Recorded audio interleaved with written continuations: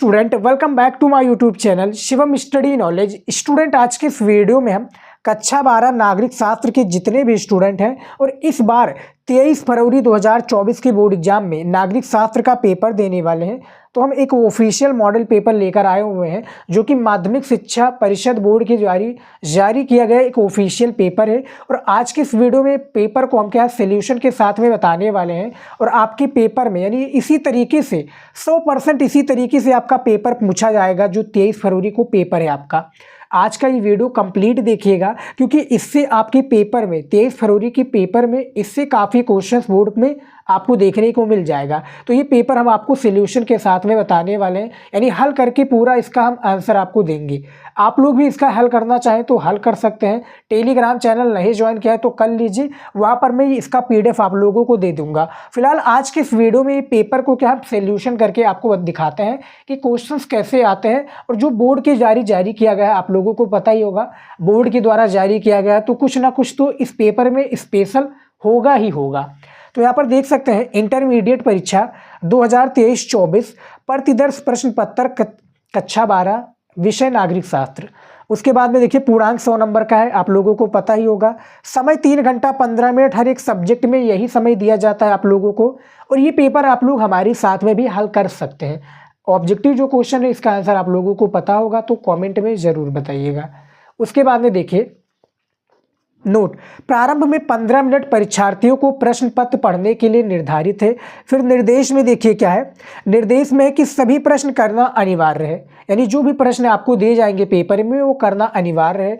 फिर यहाँ पर देखिए प्रश्न संख्या 1 से 10 तक बहुविकल्पीय प्रश्न होगा। जो आपका 23 फरवरी यानी कल पेपर है या आज पेपर है, जो पेपर होगा आपको सेम इसी प्रकार से सारा प्रोसेस वही रहेगा, बस क्वेश्चंस आपको मिलते जाएंगे, यानी क्वेश्चंस अलग होगा, बाकी का सारा वही रहेगा। और इस पेपर से भी आपके 30 से 40% क्वेश्चंस आपके बोर्ड एग्जाम में देखने को मिल जाएगा। काफ़ी ज़्यादा इंपॉर्टेंट है। 5 तरह के प्रश्न होते हैं आपके नागरिक शास्त्र में। तो आराम से ये जो निर्देश है इसको आप आराम से पढ़ लीजिए क्योंकि काफ़ी ज़्यादा इंपॉर्टेंट है और इसी के निर्देश के अनुसार आपको क्वेश्चन का आंसर देना है। समझ में आ गया स्टूडेंट? यहाँ पर देखिए खंड का से हम स्टार्ट करते हैं। खंड का में आपका सबसे पहले यहाँ पर देखिए खंड का में बहुविकल्पीय प्रश्न पूछा गया है। 10 बहुविकल्पीय प्रश्न आपके पूछे जाते हैं। जैसा कि यहाँ पर निर्देश में दिया हुआ है कि निम्नलिखित प्रत्येक प्रश्न के लिए दिए गए 4 विकल्पों में से सही उत्तर चुनकर अपनी उत्तर पुस्तिका में लिखें, यानी जो सही उत्तर होगा अपनी कॉपी में वही लिखना है। चलिए शुरू करते हैं। सबसे पहला जो प्रश्न पूछा गया है कि निम्नलिखित में से कौन सी संधि परमाणु निशस्त्रीकरण से संबंधित है। कौन सी वो संधि है जो कि परमाणु निशस्त्रीकरण से संबंधित है? तो NPT हो जाएगा राइट आंसर, यानी पहले का ख विकल्प बिल्कुल करेक्ट आंसर है। अगला क्वेश्चन देखिए, दूसरा नंबर क्वेश्चन है वैश्वीकरण किस प्रकार की अवधारणा है, ये आपको बताना है। ये मॉडल पेपर याद रखिएगा ऑफिशियल है, ऑफिशियल पेपर है, याद रखिएगा स्टूडेंट। ये पेपर आप सॉल्व कर देते हैं पूरा तो 100 में से तो आपका 30 नंबर वैसे ही कंफर्म हो जाएगा। तो वैश्वीकरण किस प्रकार की अवधारणा है ये आपको बताना है। आर्थिक है, राजनीतिक है, सांस्कृतिक है या बहुआयामी। तो दूसरे का आपका बी आपका यानी डी हो जाएगा राइट आंसर, बहुआयामी हो जाएगा करेक्ट आंसर। तीसरा नंबर क्वेश्चन देखिए, यहाँ पर देखिए निम्नलिखित में से कौन सा कथन वायुमंडल के संदर्भ में सही है। ये क्वेश्चन काफ़ी पेचीदा है, इसका आंसर हमें नहीं मिला है स्टूडेंट। तो मैं नहीं चाहता कि आपको यानी ये क्वेश्चन गलत हो, तो आपसे मैं पूछ रहा हूँ इसका राइट आंसर क्या होगा। नहीं पता है तो यहाँ पर क्या है, मैंने क्या है इसमें से राइट आंसर आपको मैं बता देता हूँ, मैं डी पर टिक लगा देता हूँ। उपरोक्त में से कोई नहीं। इसका आंसर आपको पता है तो कमेंट में ज़रूर बताइएगा। मैं श्योर नहीं उसका राइट आंसर क्या होना चाहिए। इसका राइट आंसर किसी ने बता रहा था वायुमंडल में ओजोन गैस की मात्रा घट रही है, कोई बता रहा बढ़ रही है, कोई बता रहा था वायुमंडल में नाइट्रोजन गैस की मात्रा लगभग 58% है। तो इसका राइट आंसर क्या होना चाहिए कमेंट में ज़रूर बताइएगा, आप लोगों को पता है तो। 4 नंबर क्वेश्चन देखिए क्या पूछा गया है, सार्क थेरेपी का क्या अर्थ है। बहुत ही इजी क्वेश्चन है और इसका आंसर आप लोगों को पता भी होगा और आपके इस बार पेपर में ये पूछा भी जा सकता है। तो सार्क थेरेपी का अर्थ है आघात पहुंचाकर उपचार करना, यानी किसी देश पर क्या है आघात पहुंचाकर और उसका उपचार करना, यानी एक प्रकार से उस पर मक्खन लगाना, यानी उसको घाव देकर फिर उसका उपचार करना। सार्क थेरेपी का ये अर्थ कहलाता है। उसके बाद में देखिए 5वां नंबर क्वेश्चन, WSF का पूरा नाम, यानी आपको फुल फॉर्म बताना, इसका विस्तारित रूप भी पूछा जा सकता है जिसका अर्थ होता है फुल फॉर्म। तो इसका जो राइट आंसर हो जाएगा स्टूडेंट, वो हो जाएगा वर्ल्ड सोशल फॉर्म। क्या हो जाएगा? वर्ल्ड सोशल फॉर्म हो जाएगा, जो कि आपका ये राइट आंसर हो जाएगा। इसका फुल फॉर्म आप देख सकते हैं, वर्ल्ड सोशल फॉर्म, WSF का पूरा नाम। सारे क्वेश्चंस इंपॉर्टेंट है, तैयार कर लीजिएगा। 6 नंबर क्वेश्चन है, राज्य पुनर्गठन अधिनियम कब पास हुआ? जो इसका अधिनियम जो पास हुआ बेसिकली ये 1956 में हुआ था। का राइट आंसर हो जाएगा, तैयार कर लीजिए। और ये पेपर आप लोगों को चाहिए तो हमारा जो मैंने इस वीडियो के नीचे डिस्क्रिप्शन में टेलीग्राम का लिंक दिया हुआ है, जाकर ज्वाइन कर लीजिए। वहाँ पर मैं फ्री में सारी सब्जेक्ट की PDF प्रोवाइड कराता हूँ, जो भी इंपॉर्टेंट मुझे लगता है।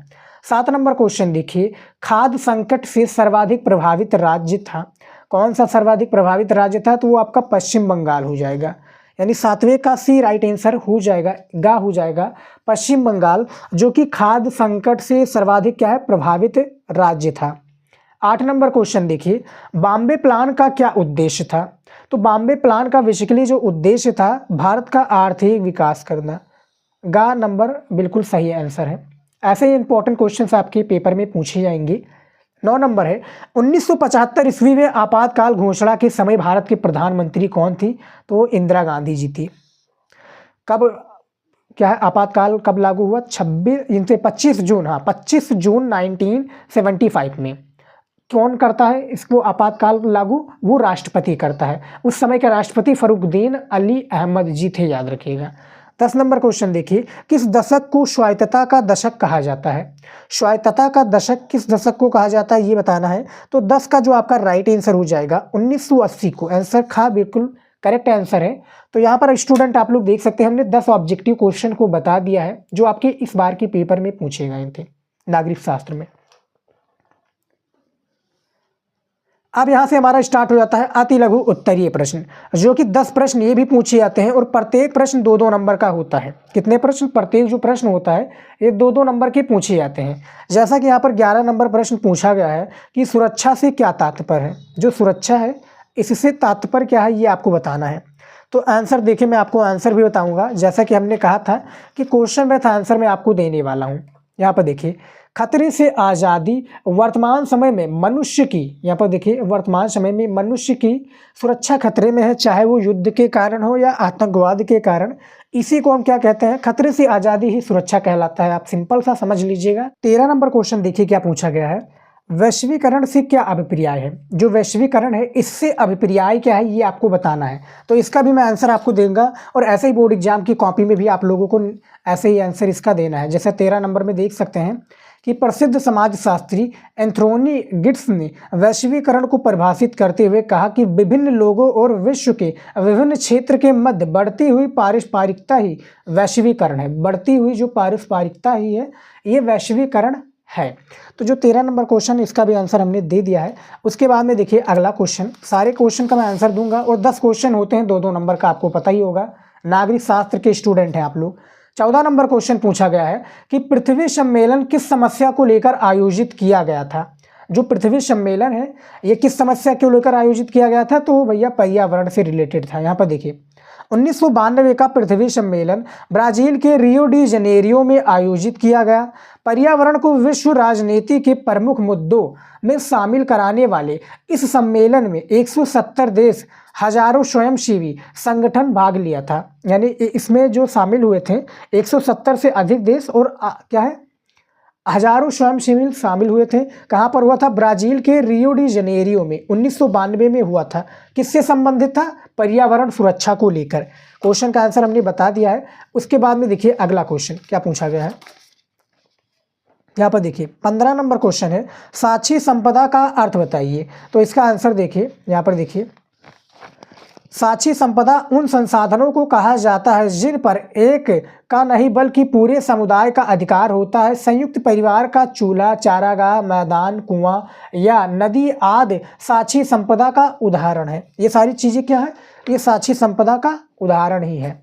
उसके बाद में देखिए 16 नंबर क्वेश्चन, केंद्र में प्रथम बार गठबंधन सरकार बनी। केंद्र में जो प्रथम बार गठबंधन सरकार बनी, 2 नंबर का क्वेश्चन है। आंसर देखिए 1990 में के दशक में ये केंद्र में क्या है, गठबंधन सरकार बनी थी। 2 नंबर का क्वेश्चन है, इतना लिख दीजिएगा, 2 नंबर आपका फिक्स हो जाएगा। 17 नंबर क्वेश्चन है सिंडिकेट से क्या अभिप्राय है। काफ़ी बार हमने इसका आंसर अपने वीडियोज में कवर किया है और पेपर में भी आपके पूछा गया है, तो पूछा तो जाएगा ही। देखिए, सिंडिकेट कांग्रेस के भीतर ताकतवर और प्रभावशाली नेताओं का एक समूह था। सिंडिकेट ने इंदिरा गांधी को प्रधानमंत्री बनवाने में क्या है, महत्वपूर्ण भूमिका निभाई थी। इंदिरा गांधी जो थी क्या है, प्रधानमंत्री थी, तो प्रधानमंत्री बनवाने के लिए सिंडिकेट सबसे महत्वपूर्ण भूमिका निभाई थी। अगला क्वेश्चन देखिए, यहाँ पर देखिए सारे क्वेश्चन मैं आपको बताऊंगा, काफ़ी ज़्यादा इंपॉर्टेंट क्वेश्चन है और उसका आंसर भी दूंगा स्टूडेंट। यहाँ पर देखिए 18 नंबर क्वेश्चन है देश के विभाजन में प्रभावित होने वाले 2 राज्यों का नाम बताइए। तो पंजाब और पश्चिम बंगाल हो जाएगा, जो कि विभाजन में सबसे ज़्यादा प्रभावित रहे हैं। देखिए, पश्चिम बंगाल हो जाएगा बांग्लादेश से रिलेटेड और पंजाब हो जाएगा पाकिस्तान से रिलेटेड। तो क्या देश के विभाजन में सबसे ज़्यादा प्रभावित राज्य रहे हैं। 19 नंबर क्वेश्चन है अल्पमत सरकार किसे कहते हैं। अल्पमत जो सरकार है ये किसे कहते हैं, तो देखिए आंसर देखिए, जब किसी आम चुनाव में किसी अकेले दल को साफ बहुमत नहीं मिलता, क्या है, साफ बहुमत नहीं मिलता है, तब या तो संसदीय बहुमत के समर्थन से गठबंधन कैबिनेट बनाते हैं या फिर अल्प कैबिनेट बनाते हैं। तो इसी को क्या कहा था स्टूडेंट, अल्पमत सरकार कहते हैं। देख सकते हैं इसका आंसर भी आपको लिखना है, 2-2 नंबर का है। हमने एक डेडिकेटेड वीडियो बनाया है जिसमें हमने बताया है कि नागरिक शास्त्र की कॉपी कैसे लिखें। पूरी वीडियो आप लोग जाकर जरूर देखिए, काफ़ी कुछ आपको सीखने को मिलेगा उससे। उसके बाद में देखिए 20 नंबर क्वेश्चन, मध्यावधि चुनाव किसे कहते हैं। मध्यावधि चुनाव के बारे में काफ़ी बार हमने बताया है। आंसर देखिए, आंसर क्या है, भारत में हर 5 साल में चुनाव होते हैं। किसी कारण से 5 साल का कार्यकाल नहीं हो पाता और वर्तमान पार्टी जो वर्तमान यानी जो सत्ता में है अपना त्यागपत्र दे देती है। तो ऐसे हालात में जो चुनाव होते हैं उसी को मध्यावधि चुनाव कहते हैं। किसी को तो भैया नेता और क्या प्रधान या विधायक तो बना नहीं सकती, उसमें जो चुनाव होगा उसमें चुनाव होगा कि ये कौन यानी जनता किसको चाहती है, उसी का आधार पर उसको एक प्रकार से बहुमत प्राप्त होगा। मध्यावधि चुनाव उसी को हम कहते हैं। तो 20 का राइट आंसर भी हमने बता दिया। तो दो हमारा जो 10 क्वेश्चन था हमने इसका आंसर दे दिया है स्टूडेंट। आप लोग हमारी इंटेलिजेंट स्टूडेंट हैं, इसका आंसर आपको पता ही होगा। अगला क्वेश्चन देखिए, हमारा आ चुका है लघु उत्तरीय प्रश्न 1। लघु उत्तरीय प्रश्न 1 आ चुका है, जो कि कितने नंबर का होता है, कितने क्वेश्चन पूछे जाते हैं, कितने शब्दों में आंसर देना है। 5 नंबर का एक क्वेश्चन, 6 क्वेश्चन पूछे जाते हैं, 50 शब्दों में एक क्वेश्चन का आंसर देना होता है। जैसा कि यहाँ पर देखिए 21 नंबर क्वेश्चन पूछा गया है कि संयुक्त राष्ट्र संघ का निर्माण कब किया गया, इसके किन्हीं 2 विशिष्ट संस्थाओं का नाम लिखिए तथा उनके कार्यों के बारे में बताइए। 22 नंबर क्वेश्चन है भारत के नागरिक के रूप में भारत की राष्ट्र संघ में स्थायी सदस्यता क्यों होनी चाहिए, इसके बारे में आपको अपने 2 तर्क देना है। इसके बारे में 2 तर्क दीजिए, 50 शब्दों में इसका आंसर देना है। 5-5 नंबर का क्वेश्चन है, बहुत ही ज़्यादा इंपॉर्टेंट हो जाता है। 23 नंबर क्वेश्चन है आसियान का निर्माण क्यों किया गया, क्या वो अपने उद्देश्यों की पूर्ति में सफल हैं, इसके पक्ष में अपने विचार को स्पष्ट कीजिए। जो आसियान है इसका निर्माण क्यों किया गया, अपने विचार में अपने तर्क में अपने एक प्रकार से स्पष्ट करना है, आपको इसका आंसर देना है। 24 नंबर क्वेश्चन है स्वतंत्रता प्राप्ति के पश्चात एक दलीय प्रभुत्व प्रणाली का भारतीय राजनीति पर क्या प्रभाव पड़ा, स्पष्ट कीजिए। 25 नंबर क्वेश्चन है 1975 ईस्वी में आपातकाल लागू होने के समय हमें इसको क्या सीख मिलता है, यानी लागू होने से हमें जो सीख मिलती है, कब लागू हुआ, 25 जून 1975 को। उस समय के प्रधानमंत्री इंदिरा गांधी, हमने काफ़ी बार बता चुका हूँ। इससे जो हमें सीख मिलती है ये हमें बताना है। 5 नंबर का क्वेश्चन है, तैयार कर लीजिएगा इसका आंसर। 26 नंबर क्वेश्चन है असम आंदोलन सांस्कृतिक अभियान और आर्थिक पिछड़ेपन की जो पिछड़ेपन की मिली जुली अभिव्यक्ति था, तथ्य सहित उदाहरण देकर इसको स्पष्ट कीजिए। इसका आंसर आपको कहाँ पर मिल जाएगा स्टूडेंट, इसका आंसर हमने एक डेडिकेटेड वीडियो बनाया हुआ है एक मॉडल पेपर का, जिसमें हमने इसका पूरे का सॉल्यूशन करके आपको बताया, यानी पूरे का आंसर हमने बताया कि ऐसे क्वेश्चन आपके बोर्ड एग्जाम में पूछे जाएंगे। वो वीडियो नहीं देखा तो जाकर देख लीजिए, काफ़ी ज़्यादा इंपॉर्टेंट वीडियो है। अब हमारा यहाँ से क्वेश्चन आ जाता है लघु उत्तरीय प्रश्न 2, जो कि 6 नंबर का एक क्वेश्चन होगा, 4 क्वेश्चन पूछे जाएंगे, 100 से लेकर 125 शब्दों में इसका आंसर आपको देना होगा। जैसा कि यहाँ पर 27 नंबर क्वेश्चन पूछा गया है, देखिए क्या है कि भारत और चीन की उभरती अर्थव्यवस्थाओं में वर्तमान की एक ध्रुवीय व्यवस्था को चुनौती देने की क्षमता है। वर्तमान परिस्थितियों की दृष्टि से आप इससे सहमत हैं? अपने मत में क्या पुष्टि में, यानी अपने मत और पुष्टि की तर्क दीजिए। 6 नंबर का क्वेश्चन है। 28 नंबर क्वेश्चन है, वैश्विक पर्यावरण की सुरक्षा से जुड़े मुद्दे 1990 के दशक में किन यहाँ पर देखिए दशक में विभिन्न देशों के लिए प्राथमिक सरोकार क्यों बन गए, किन्हीं 3 कारणों को स्पष्ट कीजिए। हमें क्या किन्हीं 3 कारणों को स्पष्ट करना है। अगला क्वेश्चन देखिए 29 नंबर क्या है, नियोजन से क्या अभिप्राय है? नियोजित अर्थव्यवस्था की राह में प्रथम एवं द्वितीय पंचवर्षीय योजनाओं की भूमिका का उल्लेख कीजिए।